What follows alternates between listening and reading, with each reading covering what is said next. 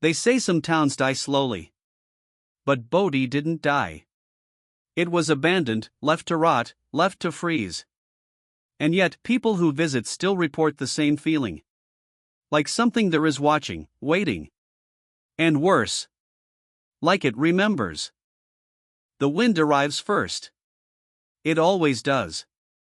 Long before you see the buildings, before the road turns to dust, before the silence settles into your bones. You hear it. A low, constant howl moving across the high desert like something alive. Not loud. Not violent. Just relentless. It doesn't rise or fall. It doesn't stop. It simply exists. As if the land itself is breathing. And you are not supposed to be here to hear it. High in the eastern shadows of Sierra Nevada, where the earth lifts itself into jagged stone and forgotten sky, there is a place the state officially describes as being in a condition of arrested decay. Not preserved. Not restored. Arrested. Like something was happening. And then suddenly. Stopped. Mid-motion. Mid-collapse. Mid-sin. That place is called Bodie State Historic Park. But long before it became a historic site. Before tourists walked its empty streets. Before cameras tried to capture what cannot be captured. It was something else. Something louder. Something richer. Something far more dangerous. Between 1877 and 1882, Bodie was not a ghost town. It was a living organism. A fever. A wound in the earth that refused to close. At its peak, somewhere between 7,000 and 10,000 people lived there, though no one ever truly knew the number. Because people arrived constantly. And just as often, they disappeared. The official records tell you one story. They mention gold. Opportunity. Expansion. The American dream, stretched thin across desert rock. But the unofficial records. The ones written in private letters. In coroners' logs. In the quiet confessions of men who left and never returned. Tell something else entirely. They tell of a town where death was not unusual. It was routine. Expected. Even profitable. Bodie had one church. And 65 saloons. Let that settle. One place to confess. 65 places to forget. It had a red light district that never slept. Gambling halls that swallowed fortunes overnight. A Chinatown built in the margins. A slaughterhouse that never quite cleaned its floors. And a bank that was robbed so many times. They didn't replace the lock. They welded it shut. People didn't come to Bodie to live. They came to risk everything. And in many cases, they lost. Stories spread. From San Francisco to Sacramento, across the mining camps of Nevada. They said a man could arrive in Bodie on a Monday. And be buried by Friday. Without anyone asking why. Some of those stories were exaggerated. They always are. Violence has a way of attracting men. And men with money have a way of amplifying violence. It becomes myth. Legend. Marketing. But not all of it was myth. Not even close. Because beneath the noise. Beneath the gold. Beneath the drunken laughter and gunfire echoing through wooden streets. There were things happening in Bodie that never made it into newspapers. Things that were buried. Not because they didn't matter. But because they mattered too much. Things that connected powerful men. Dangerous men. Men who understood that some truths, if spoken aloud, could unravel everything. And so those truths were hidden. Silenced. Left behind. But not forgotten. To understand Bodie, you don't begin with gold. You don't begin with wealth. You don't even begin with the town. You begin with a mistake. A man. A storm. And a decision that should never have been made. The eastern frontier of California in the late 1850s was not a place meant for settlement. Not in the way people imagined. Not in the way brochures would later describe it. It was vast, open, unforgiving. The land stretched outward in long, empty expanses, alkali flats, volcanic ridges, high desert basins where nothing grew unless it fought for the right.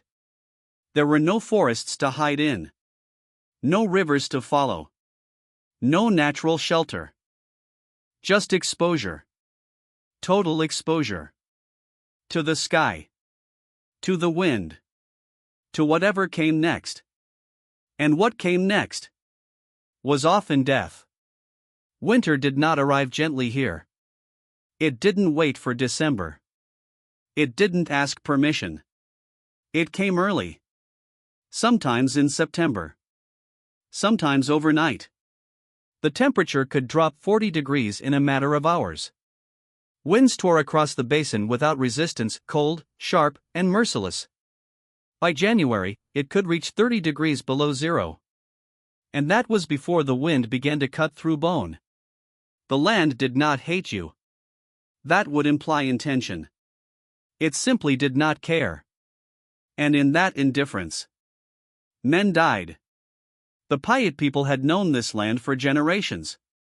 They understood its rhythms, its warnings, its limits. They had names for places like this. Names that translated loosely into where the wind has no mercy, where passage is paid in suffering. These were not poetic names. They were instructions. They knew which valleys could sustain life, which paths could be traveled, which places should never be stayed in. And one of those places was the high basin where Bodie would rise. They knew it because they had tried, and they remembered the cost. But the men who came in the 1850s did not listen. Or worse, they believed the land would bend to them. One of those men was named William Bodie. He arrived in 1859. 41 years old. Worn down by years of chasing something that always seemed just beyond reach. He had come west during the gold rush. Like thousands of others. Chasing promise. Chasing fortune. Chasing the idea that somewhere, just over the next ridge, everything would change. But by 1859, the easy gold was gone. What remained required more effort, more risk, more sacrifice. Men like Bodie were no longer chasing dreams. They were chasing survival. He had failed before.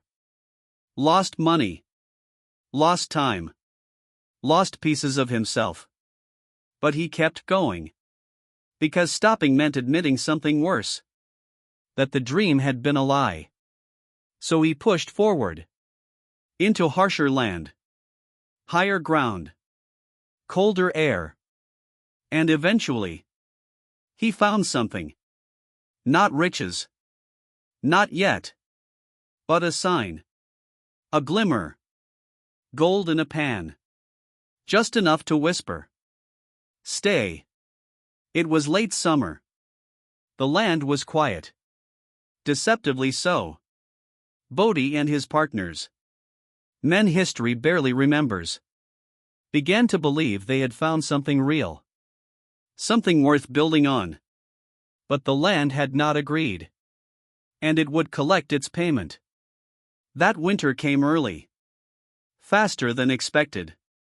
Sharper than usual. Bodie made a decision. A simple one. A reasonable one. He would go for supplies. And that decision would cost him everything. The storm came without warning. Wind. Snow. Darkness swallowing the horizon. The kind of storm that erases direction. Erases distance. Erases hope. He didn't make it back. When they found him months later, he was less than half a mile from camp. Half a mile.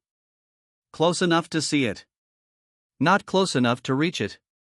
Frozen where he fell, and buried where he was found. No marker, no ceremony. Just a man, lost to the land. And a name, misspelled in the records. Bodie. A mistake. A distortion. A beginning. Because what grew from that name was not just a town. It was something darker. Something heavier. Something that would take everything it touched and leave behind only silence. And the wind. Still waiting. Violence in Bodie was not chaos. It was not random. It was not the result of drunken men losing control. It was structure. It lived in the bones of the town. In the way streets were built. In the way money moved. In the way silence followed certain questions. If you listened carefully. Not just to the gunshots, but to what came after. You began to understand something unsettling. Nothing in Bodie happened without reason. Even the things that looked like accidents. Especially those. By 1878, the town had more than 60 places selling alcohol. Think about that. 60 rooms filled with noise. With smoke. With men who had come too far to turn back. And too little left to lose. There were gambling halls where fortunes disappeared between one breath and the next. Opium dens where time itself seemed to dissolve. Back rooms where deals were made quietly. And enforced violently. And then there were the men. Not settlers. Not families. Not builders. Drifters. Speculators. Survivors. Men who did not plan to stay. Men who did not intend to grow old there. Men who believed deep down that their story would end somewhere else. And when a man believes he has no future, he becomes dangerous in the present. Law existed in Bodie. Technically. On paper. The sheriff belonged to Mono County. But he lived miles away in Bridgeport. Far enough that by the time he arrived, whatever needed explaining had already been buried. The town marshal? Replaced 8 times in 4 years. Some were corrupt. Some were incompetent. Some simply didn't survive long enough to learn the job. Justice was handled by a man who held court above a saloon. Imagine that. Verdicts delivered over the smell of whiskey. Sentences passed while laughter bled through the floorboards. And whether those rulings were enforced depended on one simple calculation. Who had more guns? Who had more friends? Who mattered more? That was the law. And everyone knew it. To live in Bodie was to exist in a constant state of tension. Not panic. Not fear. Something quieter. Something heavier. A low, steady awareness. That at any moment, everything could change. At night. If you can call it night. The town never truly slept. The mills ran without pause. Massive iron stamps pounding or into dust. Again. And again. And again. A rhythm so constant that after a while, you stopped hearing it. Like a heartbeat. Or a warning you had learned to ignore. The saloon stayed open until dawn. Doors swinging. Voices rising. Glass breaking. Laughter that didn't sound like laughter anymore. And threaded through all of it, with terrifying regularity, came the sound that defined Bodie more than any other. Gunshots. Sometimes distant. Echoing across the hills. Sometimes close. Too close. Followed by shouting. Boots striking wood. A chair falling. A body hitting the floor. And then something worse. Silence. Not peace. Not relief. Decision. Because every man in that room was asking himself the same question. Do I get involved? Or do I pretend I saw nothing? Most chose silence. Because in Bodie, silence was survival. The newspapers loved it. Back in San Francisco, headlines painted Bodie as a place of chaos and blood. Shootings, robberies, disappearances. But it wasn't outrage. It was advertisement. Danger sold papers. And papers brought men. And men brought money. So the legend grew. The most dangerous town in California. And like all legends, it became true. Because it attracted exactly the kind of men who would make it so, but every now and then, a story surfaced that didn't fit the pattern. A story that spread quickly. Too quickly. And then, just as quickly, vanished. One of those stories was about a man named Patrick Fehee. He arrived quietly. Spring of 1878. From Virginia City. He had lost money. That much was known. A speculation gone wrong. The kind men didn't talk about. But he brought something else with him. Skill. Not the loud kind. Not the kind that wins arguments in saloons. The quiet kind. The kind that sees what others miss. He could read rock. Not just what was visible, but what lay beyond it. 50 feet deeper. 100 feet sideways. He understood the earth the way some men understand language. And that made him valuable. Within months, he was working at the Standard Mine. Within a year, he was a foreman. No connections. No favors. Just ability. But Patrick Fehee had another habit. He wrote things down. Constantly. A small leather notebook. Always with him. In it, he recorded everything. Measurements. Angles. Temperatures. Patterns. Details most men ignored. At first, it meant nothing. Small discrepancies. The kind you expect in any mine. Maps never perfectly match reality. Rock doesn't obey lines. But then, something changed. Late summer, 1879. The numbers stopped making sense.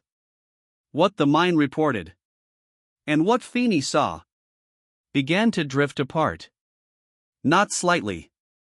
Not accidentally. Deliberately. Or samples from certain sections. Underreported. Systematically. 4 months. Maybe years. Gold that existed, but did not appear in official records. Gold that was going somewhere else. Fehee understood what that meant. This was an error. It was theft. On a scale large enough to threaten powerful men. So he did what honest men do. When they believe truth still matters. He wrote a letter. Carefully. Deliberately. To a lawyer in San Francisco. A man connected to investors. A man who could act. But in Bodie, truth had a cost. And Fehee had just made himself expensive. October 14, 1879. The night was cold. Dry. Sharp in the lungs. Fehee left his room. He told his landlady he'd be gone briefly. He carried no wallet. No watch. Only the notebook. That notebook. The one filled with things no one else was supposed to see. He walked toward Main Street. Past the light. Past the noise. Into one of the narrow alleys behind the buildings. Dark. Unlit. A place where men went when they didn't want to be seen. That's where they found him. Face down. Shot. The official story came quickly. Robbery. Wallet gone. Watch gone. Case closed. But there was a problem. A small one. Easy to miss. Fehee hadn't been carrying a wallet. His landlady said so. Under oath. He had left it behind. And yet, it was listed as stolen. The notebook was gone. Not mentioned. Not recovered. Just gone. The investigation lasted 3 weeks. No arrests. No suspects. The newspapers ran the story. For 2 days. Then silence. As if it had never happened. As if he had never existed. The lawyer who received his letter? He delayed action. Said he needed verification. He never got it. Because the only man who could provide it was already dead. And the only record that could prove it had vanished into the dark. The mine continued operating. Profits soared. And in 1880, the superintendent, a man named Calvin Pratt, purchased a large home in San Francisco. Paid in cash. No questions asked. No answers given. Because in Bodie, some truths were not meant to survive. And the earth kept its secrets well. But not perfectly, because sometimes, just sometimes, something slips through. A missing notebook. A contradiction in testimony. A number that doesn't add up. Or a body found in the wrong place. At the wrong time. With the wrong story attached to it. And if you listen closely, through the wind, through the silence, through the weight of everything buried beneath that town, you begin to feel it. Not just lawlessness. Not just corruption. Something deeper. Like the town itself knew. And chose to say nothing. By the time the truth began to surface, it was already too late. Not because no one had seen it, but because the people who had seen it were either dead or had learned the cost of speaking. The story does not begin with a discovery. It begins with a whisper. A conversation. Recorded quietly. In a private notebook. Never meant for anyone else's eyes. A merchant named Samuel Obertfeld kept 2 sets of records. One for business. One for truth. The first was neat. Predictable. Safe. The second was something else entirely. In it, he wrote things he did not trust the world to hold. Debts. Favors. Secrets. He called them matters of weight. And one of those matters came from a man named Dario Lucetti. Lucetti was not remarkable. That's important. He wasn't a foreman. He wasn't educated. He didn't write letters to lawyers. He was a laborer. A man who carried rock. Breathed dust. Worked where others would not. He was assigned to the lowest tunnels. The narrowest passages. The places where the air thinned. And the walls felt like they were listening. Like many of the most dangerous jobs in Bodie. Those tunnels were worked primarily by Chinese laborers. Men who lived apart. Worked apart. Died quietly. Their neighborhood sat on the edge of town. Separat. Contained. And underground. The separation continued. They were sent deeper. Further. Into places where maps became suggestions. And safety became optional. This was not unusual. But what Lucetti described was. He spoke of a passage. Not marked. Not recorded. A tunnel that did not appear on any official map. A tunnel that should not have existed. And yet, it did. Lucetti had seen it. Not by accident. He had been sent there. Or perhaps he had followed someone who had. The details are unclear. What matters is what he found. The passage was narrow, lower than the others. The air inside it different, still, heavy, as if it had not been meant for breathing. It did not lead to ore. It led to something else. A chamber. Reinforced. Hidden. And inside that chamber was not raw earth. It was machinery. Not for mining. Not for extraction. For separation. For selection. For removal. Gold. High-grade gold. Taken before it was measured. Before it was recorded. Before it became part of the official story. Diverted. Hidden. Disappeared. A system. Carefully built. Carefully maintained. Not by one man. But by many. Because something like that does not exist without agreement. Without silence. Without complicity. Lucetti did not understand everything. But he understood enough. Enough to feel afraid. And fear, in a place like Bodie, was a kind of knowledge. He told Obergfeld. Quietly. Carefully. And Obergfeld, a man who did not scare easily, wrote it down. Under matters of weight. And then did nothing.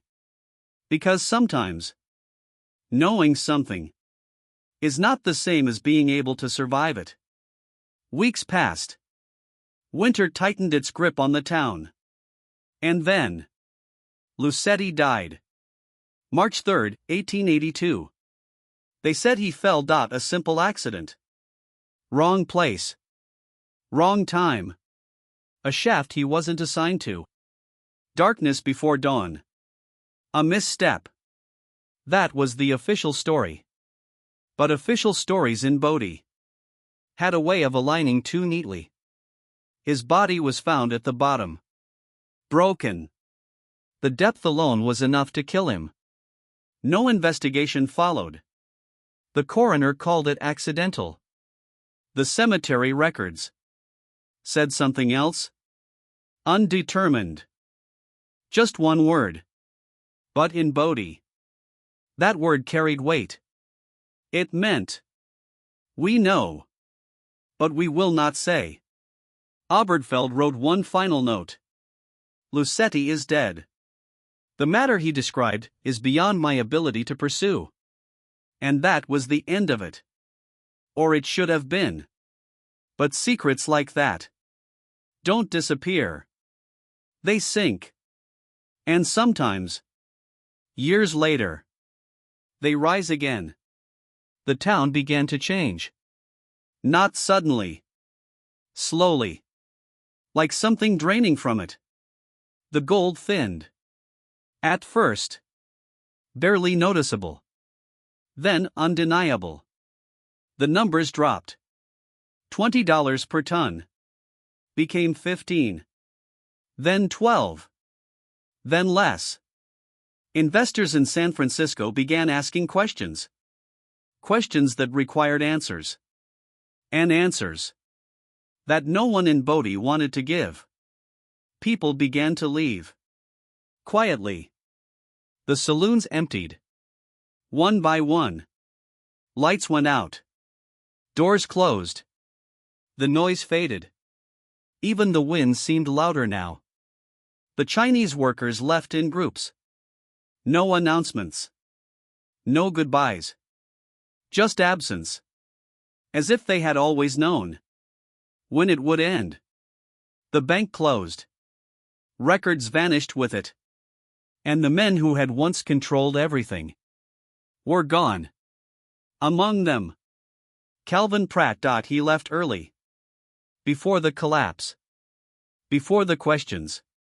Back to San Francisco. Where he lived comfortably. Quietly. Untouched. Years later, he would say Bodie had been exaggerated. That the violence was overstated. That the operation had been exemplary. And no one challenged him. Because by then, there was no one left who could. But one final voice remained. A woman who had seen more than she ever intended to. A woman who had stayed. Agnes Corian. Patrick Fehee's landlady. She outlived almost everyone. Watched the town shrink. Decay. Empty itself. Until only echoes remained. Before she died, she wrote a letter. Sealed it. Addressed it to no one. Because she didn't know who could be trusted to read it.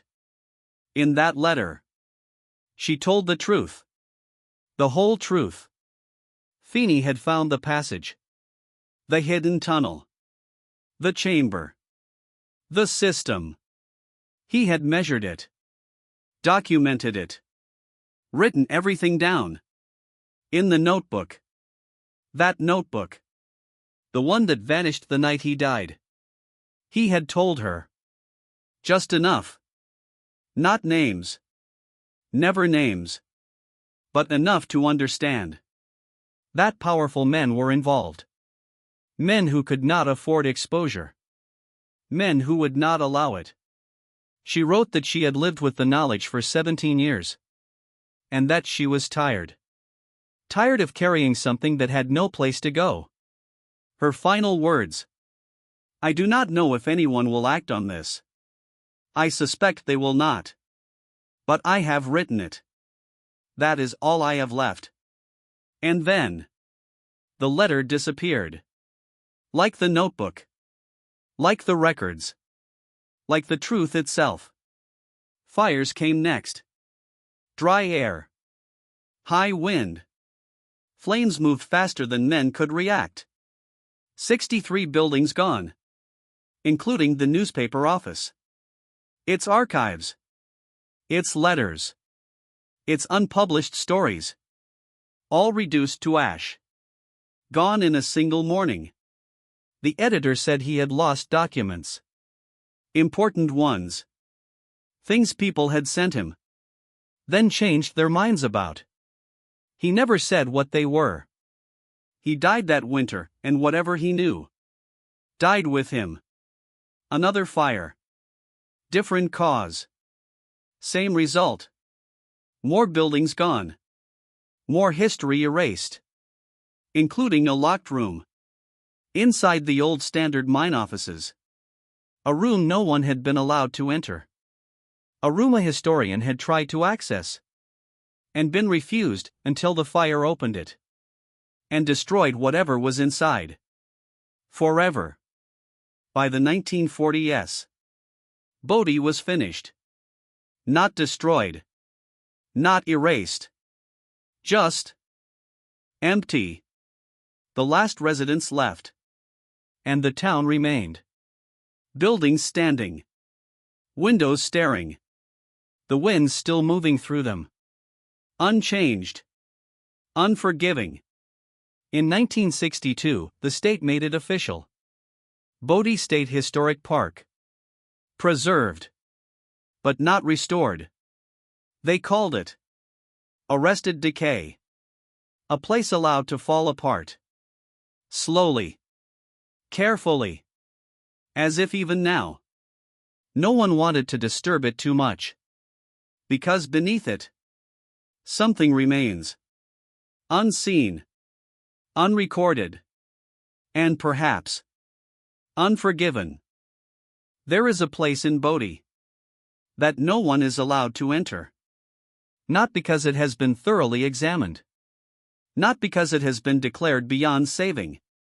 But because no one has ever truly looked. The Eastern Shaft. The same shaft where Patrick Fehee made his discovery. The same shaft where maps begin to fail. Where records grow thin. Where explanations stop. Officially, it is closed for safety. Unstable. Dangerous. That is the reason given. But those who have worked in Bodie State Historic Park long enough, those who walk its streets after the tourists leave, those who hear the wind when it has no audience, they tell a quieter story. One that never appears in brochures, never enters official reports. They say the closure came first, before any proper assessment, before any structural study. The decision was made, and only later justified. No full inspection was ever completed. No definitive report exists. Just a fence, a warning sign, and a silence that has lasted more than a century. The passage that Fehee described does not exist on any official map. The chamber described in Agnes Corian's letter does not exist in any documented plan. And yet, stone does not vanish. Timber does not dissolve. Structures leave traces. Unless no one is allowed to find them. And that is where the story should end. But it doesn't. Because nearly 60 years after Fehee's death, someone came looking not for gold, not for profit, for a story. His name was Bernard Halt. A journalist. Not famous. Not powerful. The kind of man who spent decades chasing quiet truths through small towns and forgotten places. In 1938, he was sent to Bodie to write about ghost towns. Simple assignment. Harmless. 3 weeks. A few photographs. A story about decay. That's what his editors expected. But Halt stayed longer. Long enough to notice things that didn't belong. Long enough to start asking questions no one else had asked in years. He camped at the edge of town. Because even then, the buildings were considered unsafe. At night, the wind moved through empty frames. Loose boards creaked. Doors shifted on their hinges. And somewhere in that silence, Halt found something. Not the passage itself. That was gone. Collapsed. Buried beneath decades of neglect. But something else. Hidden. Behind a wall. Inside the remains of the Standard Mines administrative office. A section of paneling had come loose. Just enough. And behind it, documents. Old. Damaged. Fragile. But readable. He pulled them free. Carefully. And began to read. What he found was not a confession. It was worse. It was routine. Memoranda. Internal communications. Written in the calm, detached language of men discussing operations. They called it secondary accounting. A second system. Parallel. Hidden. Recording gold that never entered the official books. High-grade ore. Diverted. Processed separately. Profits untraceable. And buried within those documents. A phrase. Repeated. The matter of the employee. Not a name. Just a designation. A problem. And then, another line. Resolution of the employee matter. Clean. Efficient.as if a man's death could be filed like an expense. Halt knew what he was reading. He knew exactly what it meant. And for 2 days, he did nothing. He sat with it. Between fear and calculation. Because by then, the men responsible were gone. Dead. No trial. No justice. Only history. And history can be dangerous. Not because of what it punishes, but because of what it reveals.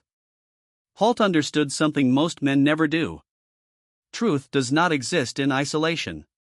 It touches people. Names. Families. institutions. Even decades later, the companies involved had been absorbed, merged, disguised. But the wealth remained. The reputations remained. And somewhere, there were still people who benefited from the silence. So he made a choice. He wrote his article. And said nothing. Not about the documents. Not about the passage. Not about Fehee. He left Bodie with the truth in his possession. And kept it. For 33 years. When he died in 1971, his daughter found everything. The notebook. The documents. She read them. And she understood. This was not just a story. It was a weight. A decision. One her father had carried for decades. And she chose to carry it too. She told one historian, "He knew things I don't." And then she put it away, where it disappeared. Like everything else, the fires had already done their work. Records gone. More erased. A locked room. Destroyed before anyone could open it, and beneath it all, the shaft remained. Untouched. Unexamined. Unanswered. Today, more than 200,000 people visit Bodie State Historic Park every year. They walk the streets. Take photographs. They see the buildings. The dust. The stillness. They hear the stories. Boom. Bust.